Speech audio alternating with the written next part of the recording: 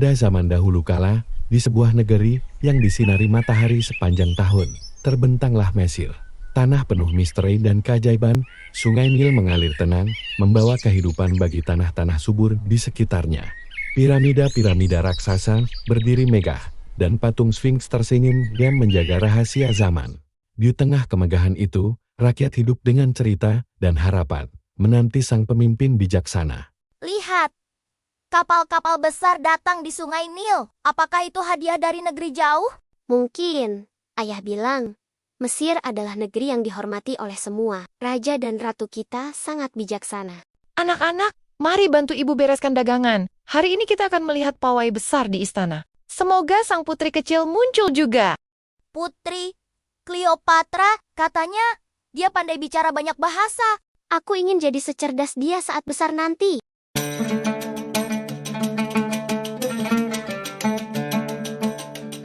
Pada suatu malam yang tenang di istana Mesir, langit dihiasi bintang-bintang yang bersinar terang.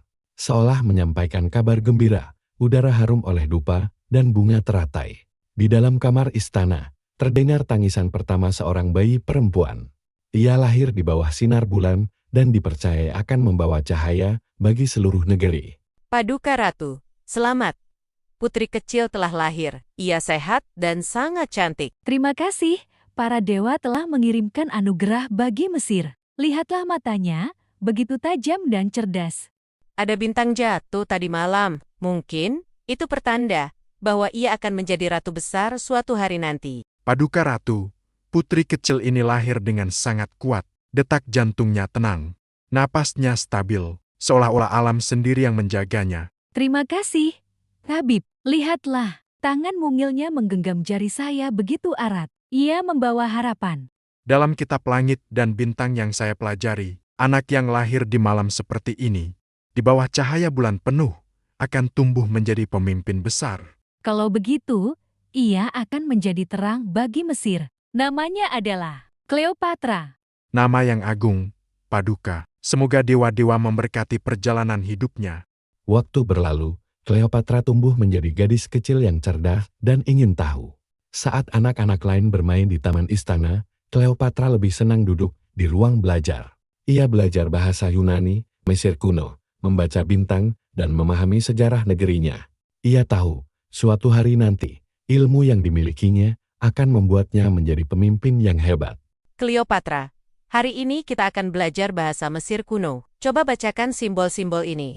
Simbol ini berarti kehidupan. Dan ini artinya matahari, seperti sungai Nil. Kehidupan dan cahaya tak pernah berhenti. Kau cepat sekali mengerti. Kau membaca lebih cepat dari para pelajar dewasa, putri kecil. Meski masih muda, Cleopatra sudah menunjukkan kebijaksanaan yang luar biasa. Ia tak hanya belajar dari buku, tapi juga dari mendengarkan dan membantu orang-orang di sekitarnya. Ia tahu menjadi ratu bukan hanya tentang mahkota, tapi tentang hati yang mau memahami. Putri kecil, apakah boleh saya bicara sebentar? Tentu, katakan saja, aku ingin mendengar. Adik saya sakit di desa. Kami kekurangan obat dan tabib belum datang. Aku akan sampaikan pada ayahanda agar tabib istana pergi ke desa kalian. Dan ibu kepala dapur bisa bantu siapkan ramuan hangat. Terima kasih. Putri, Anda sungguh berhati mulia. Mesir akan kuat jika semua orangnya sehat dan bahagia. Aku hanya melakukan tugasku. Cleopatra kecil berdiri di atas panggung batu besar di pelataran istana Mesir kuno. Ia mengenakan jubah putih keemasan dan mahkota kecil bersimbol ular kobra. Putri Cleopatra, apakah engkau siap menerima mahkota dan tanggung jawab sebagai Ratu Mesir? Aku siap. Dengan hati yang jujur dan pikiran yang bijak, aku akan menjaga rakyatku dan negeri ini. Dengarkanlah, rakyat Mesir, hari ini, di hadapan para dewa dan leluhur, kita menobatkan Cleopatra sebagai Ratu Mesir. Hidup Ratu Cleopatra. Panjang umur sang ratu. Mesir adalah rumah kita semua. Aku bukan hanya ratu di istana, tapi ratu untuk kalian semua. Menjadi ratu di usia muda bukanlah hal yang mudah. Cleopatra harus menghadapi berbagai tantangan, mulai dari para penasihat tua yang tidak percaya padanya, hingga keputusan penting tentang negeri Mesir, tapi Cleopatra tidak gentar. Ia tahu, pemimpin yang baik bukan yang paling keras suaranya, tapi yang paling mendengarkan dan memahami. Ratu Cleopatra, Menurut tradisi, keputusan seperti ini tidak seharusnya dibuat oleh anak-anak. Usia bukan ukuran kebijaksanaan. Tuan, aku telah mempelajari adat, hukum, dan rakyatku. Aku memilih berdasarkan apa yang terbaik untuk Mesir. Tapi rakyat mungkin meragukan keputusan ini. Kalau begitu, mari kita tanyakan pada mereka. Pemimpin harus mendengar bukan hanya dari istana, tapi dari suara rakyat. Hari demi hari berlalu, dan rakyat mulai melihat sendiri bahwa Ratu Kleopatra bukan sekadar anak kecil yang duduk di singgasana. Ia datang ke desa-desa, mendengarkan keluhan, memberi bantuan, dan memutuskan dengan adil. Rakyat yang awalnya ragu, kini mulai percaya. Mereka melihat seorang pemimpin yang lembut, tapi tegas, muda namun bijak, dan mereka mulai berkata, inilah ratu kita. Ratu kecil, aku tak menyangka kau akan datang ke desa kami. Ladangku mulai tumbuh lagi, sejak irigasi diperbaiki. Terima kasih, Yang Mulia. Aku senang mendengarnya. Ladang yang subur berarti perut yang kenyang, bukan? Ratu Kleopatra, ini kurma dari kebunku. Manis, seperti hati rakyat yang kini percaya padamu. Terima kasih, Bibi. Tapi kalianlah yang manis karena tetap kuat dan saling membantu. Engkau muda, tapi bijak, ratu kami. Semoga dewa-dewa melindungimu. Aku tak bisa jadi ratu tanpa rakyat yang hebat seperti kalian. Di balik dinding megah istana, tak semua orang senang melihat keberhasilan Kleopatra. Ada yang iri, ada yang merasa lebih pantas memimpin. Salah satunya adalah Pangeran Ptolemaios, saudaranya sendiri. Ia diam-diam mulai menyusun rencana, dibujuk oleh penasihat licik yang ingin merebut kekuasaan. Meski masih muda, Kleopatra mulai merasakan dinginnya pengkhianatan di sekelilingnya. Kenapa semua orang memujanya? Aku juga keturunan Firaun. Aku juga pewaris. Rakyat bisa dibujuk, Pangeran. Seorang ratu yang terlalu dekat dengan rakyat bisa jadi lemah di dalam istana. Kalau aku yang jadi pemimpin, Mesir akan tunduk padaku, bukan hanya tersenyum padaku. Lalu, mari kita mulai. Perlahan dari dalam. Malam itu, ketika bintang mulai berkilau di langit Mesir, seorang pelayan setia berjalan pelan melalui lorong-lorong batu istana. Ia membawa pesan penting, sebuah peringatan untuk Ratu Kleopatra. Tak semua orang bisa dipercaya di istana. Dan kini, sang ratu harus tahu bahwa ada bahaya yang sedang mengintai dari saudaranya sendiri. Yang Mulia, maafkan hamba menyelinap malam-malam begini, tapi ini penting. Ada apa? Siti, kau kelihatan gelisah. Hamba mendengar Pangeran Ptolemaios dan penasihat ralat berbicara. Mereka ingin menggoyahkan tahtamu. Aku mengira ini akan terjadi. Terima kasih. Siti, kau telah menyelamatkan bukan hanya aku, tapi seluruh Mesir.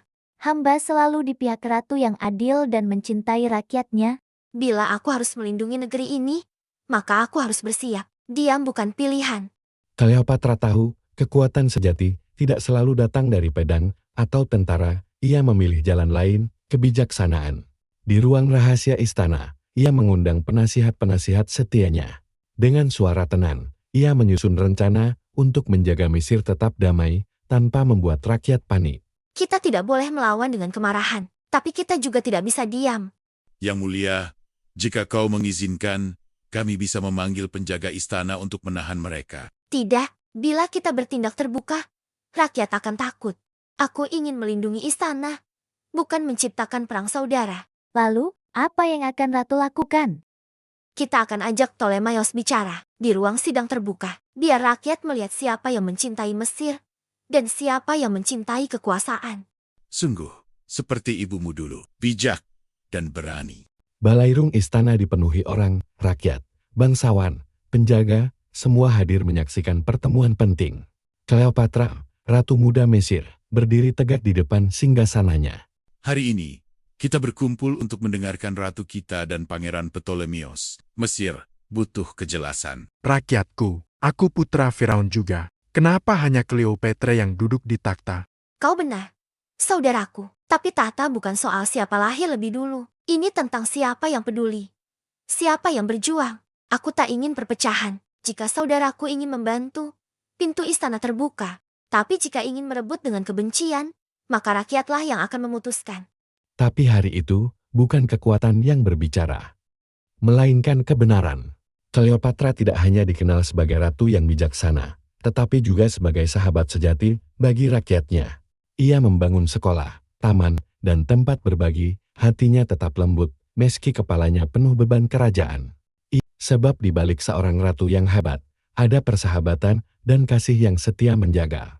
Aku senang mendengar anak-anak desa mulai bisa membaca. Itu berkat sekolah yang ratu dirikan. Mereka memanggilmu Ibu Mesir. Tahukah kau? Yang mulia, aku membawa kabar damai dari negeri jauh.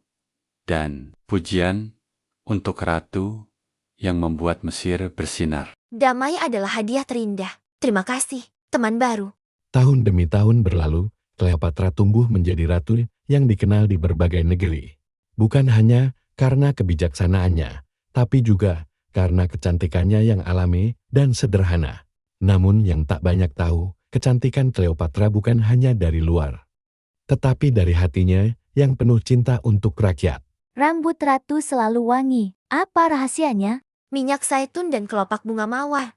Siti, tapi rahasia utamaku, tidur cukup, minum air, dan tidak marah terlalu lama. Kalau begitu, tidak heran Yang Mulia tetap bersinar setiap hari. Kecantikan akan pudar jika hati dipenuhi iri dan kebencian. Aku ingin anak-anak Mesir tahu bahwa merawat diri adalah tanda bersyukur kepada Tuhan. Cleopatra tidak hanya meninggalkan istana megah atau kisah kepemimpinan yang luar biasa. Ia meninggalkan pesan untuk semua anak-anak Mesir dan dunia, bahwa kecerdasan, keberanian, dan kebaikan hati akan selalu lebih kuat dari sekadar kekuasaan. Tuliskan ini untuk masa depan. Apa yang ingin ratu tinggalkan untuk anak cucu Mesir? Katakan pada mereka bahwa kekuasaan tanpa cinta akan runtuh, tapi cinta yang tulus akan membangun dunia. Ratu, Mesir akan merindukanmu.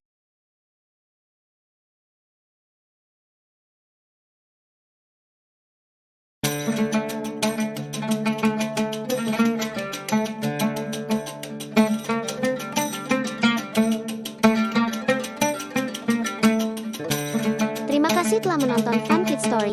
Jangan lupa di like dan subscribe.